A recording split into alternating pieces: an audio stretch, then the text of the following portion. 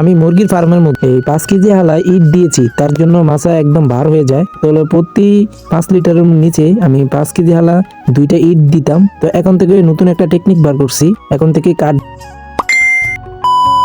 Hello everyone, আসসালামু আলাইকুম। আমি আছি মিস্টার ইয়াসিন ব্লগার 24। তো আমার ডেইলি ব্লগের এবং আনাদার ব্লগে সবাইকে শুভেচ্ছা। তো আপনাদের সাথে আবার নতুন একটা ভিডিও নিয়ে এসেছি। তো আজকের ভিডিওটা দেখতেই পারছেন, আজকের ভিডিওটা কি নিয়ে হইতে যাচ্ছে এবং কি নিয়ে ভিডিও করতেছি।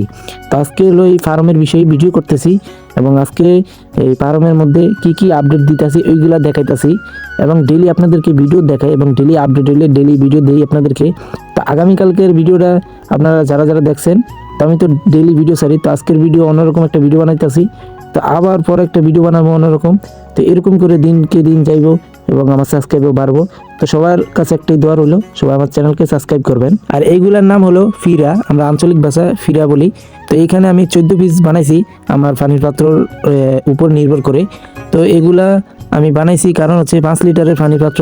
তো দেখতেছেন এটা পানি ছাড়াই ওজন দিলাম, তো 34 গ্রাম হয়েছে। তো আমি 5 লিটারের পানির পাত্র 5 লিটার পানি ভরে এবং এই যে আধা কেজি হালা যেই কাঠের ফিরাটা ওটার উপরে দিমু।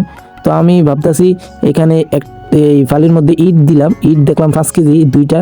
তো 2টা ইট না দিয়ে মাছের উপরে 2টা দিলেই এনাফ, 2টা বা একটা এই যে কাঠের ফিরা দিলেই এনাফ। কাঠের ফিরা হলো আধা কেজি আর ইট হইলো 2টা হইলো এই 5 কেজি। তাহলে ছোটো ওটা দিলেই ভালো হয়। তো 5 লিটার পানির পাত্র লোড লইব এই আধা কেজি হালা ফিডার উপরে। তো যাই হোক, তো এখন আমি আবার এসে গেছি পাত্র দিতাম। তো এখন দেখতেছেন এগুলো হলো নতুন পাত্র, আজকের আপডেট হলো এটাই।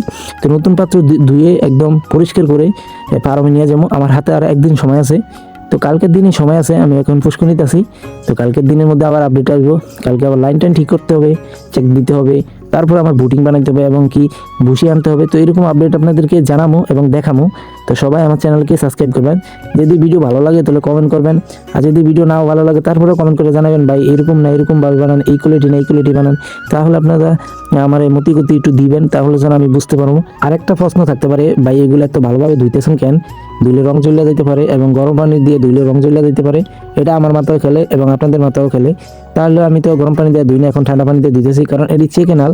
তারপর আমি চেকেনাল ভাবে কিনছি, তো চেকেনাল ভাবে আবার এরকমভাবে ভালো করে ধুয়ে মুছে রাখতে হয় এবং ধুয়ে মুছে পরিষ্কার করতে হয়।